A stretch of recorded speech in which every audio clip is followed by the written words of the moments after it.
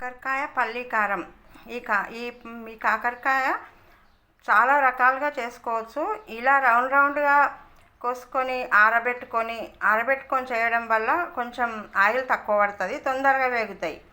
కొంచెం వెల్లిపాయలు వేసుకొని కారం, ఒట్టిమిరప కారము, నువ్వులు, పల్లీలు వేయడం వల్ల చాలా రుచిగా ఉంటుంది వేడన్నములో. ఈ కాకరకాయ ఎలా చేయాలో చూపిస్తాను. కాకరకాయ పల్లి కారంకి ఈ కాకరకాయలు కొంచెం ఉప్పు వేసి ఇలా ఆరబెట్టుకోవాలి. ఈ విత్తనాలన్నీ ఇట్లా తీసివేయాలి. దీంట్లో ముదురు కాకరకాయలో కొన్ని విత్తనాలు వస్తాయి, అవన్నీ తీసివేయాలి. తీసివేసిన తర్వాత దీంట్లో కావాల్సిన పదార్థాలు: జీలకర్ర, మెంతులు, కొన్ని నువ్వులు, కొన్ని పల్లీలు, ధనియాల పొడి చేసుకున్న ధనియాల పొడి, కొన్ని మిరపకాయలు, ఒట్టి మిరపకాయలు, తగినంత ఉప్పు. ఈ ముందుగా మెంతులు వేయించుకోవాలి.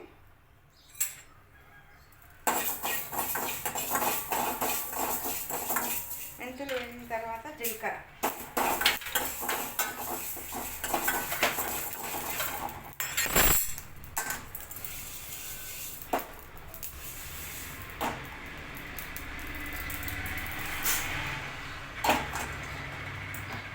పల్లీలు. స్టవ్ కొంచెం మీడియం ఫ్లేమ్లో పెట్టాలి. పల్లీలకు తొందరగా మాడిపోతాయి. కొంచెం మీడియం ఫ్లేమ్లో పెట్టి మంచిగా లోపల వరకు వేగుతాయి.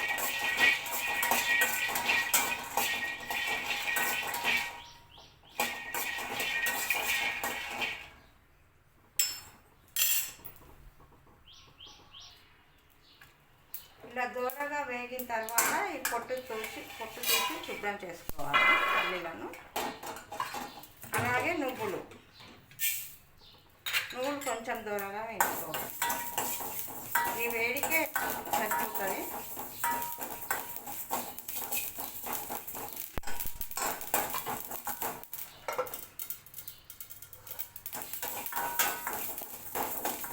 చిటకగా పైకి వస్తాయి కాబట్టి కొంచెం మూత పెట్టుకొని వేగనిచ్చుకోవాలి.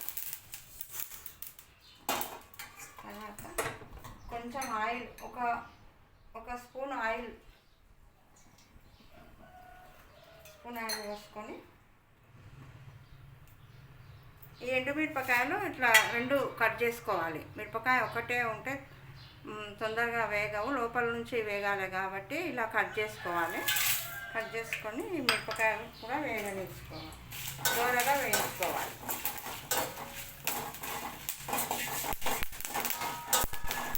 మంట సిమ్లో పెట్టాలి, తక్కువ ఉండాలి మంట. ఈ మిరపకాయలు కానీ ఘాటు వస్తుంది. ఈ ఘాటు వస్తుంది కాబట్టి కొంచెం ఉప్పు వేసుకోవచ్చు. ఉప్పు వేస్తే కొంచెం ఘాటు పోతుంది.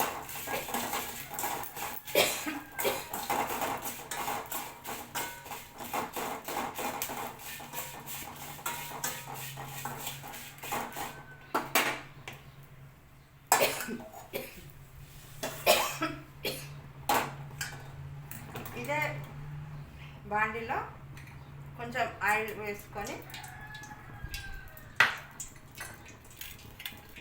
ఆయిల్ వేడి అయిన తర్వాత ఈ కాకరకాయ ముక్కలన్నీ వేయించుకోవాలి. మంచిగా దూరగా వేయించుకోవాలి.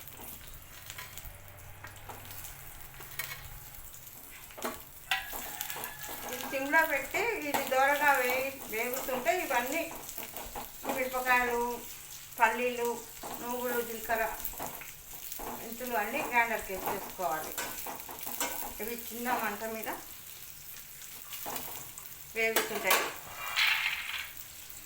ఇంత వేస్తే వేగుతుంటాయి.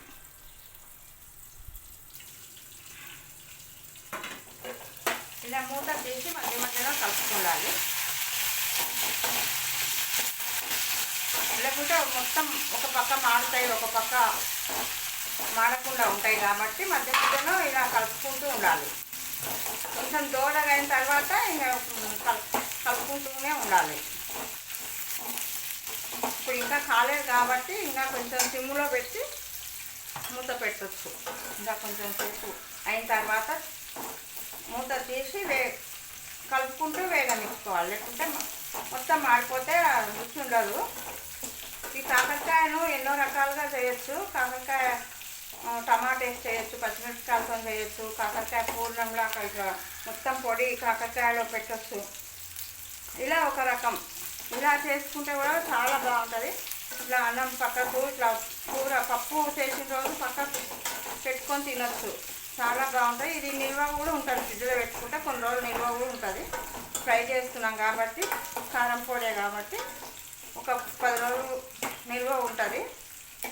ఇలా చేసుకున్నట్లయితే షుగర్ వాళ్ళకి చాలా మంచిది. షుగర్ అదుపులో ఉంచుతుంది.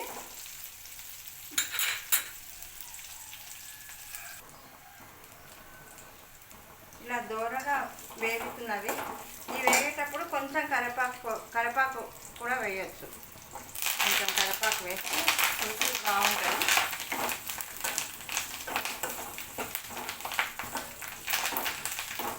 ఇంకా కొంచెం సేపు వేగనివ్వాలి.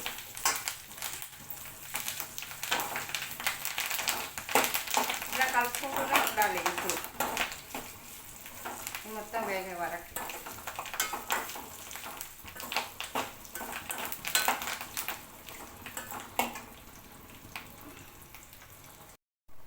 ఇలా మంచిగా వేగినవి మాడిపోకుండా చూసుకోవాలి. దీంట్లో కొంచెం ఆయిల్ ఉంది. ఈ ఆయిల్ ఉన్నా సరే ఈ ఆయిల్లో ఇప్పుడు ఈ మిక్సీ చేసి పెట్టుకున్న నువ్వుల పొడి, పల్లి పొడి వేసుకోవాలి. కారం, కొత్తిమీర కారం ఇలా మిక్సీ చేసుకున్నాం కదా, అవి వేసుకోవాలి. జీలకర్ర మెంతుల పొడి, నువ్వులు పొడి, ధనియాల పొడి, ఉప్పు ముందేసినాము, మిరపకాయలు వేసినాం కాబట్టి మనం కొంచెమే వేసుకోవాలి. మళ్ళీ సరిపోకుంటే మళ్ళీ వేసుకోవచ్చు. చూసి వేసుకోవాలి. ఉప్పు మాత్రం కొంచెం పసుపు స్టవ్ బంద్ చేసుకొని మొత్తం ఇలా కలుపుకోవాలి.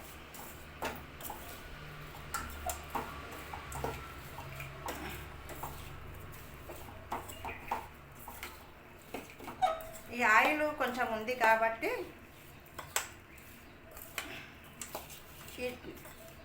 పొడి లేకుండా ఇలా మంచిగా ఉంటుంది. కారము చాలా బాగుంటుంది.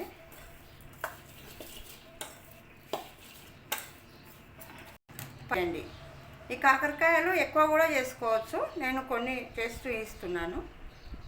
ఇది క్వాంటిటీ ఎక్కువ వేసి ఎక్కువ కూడా చేసుకోవచ్చు. ఇది వారం రోజులు ఉంటుంది. ఫ్రిడ్జ్లో పెట్టుకోవాలి. ఫ్రిడ్జ్లో పెట్టుకోకుంటే మాత్రం బయట పెడితే పాడవుతుంది. ఫ్రిడ్జ్లో పెట్టుకోవాలి. చాలా బాగుంటుంది.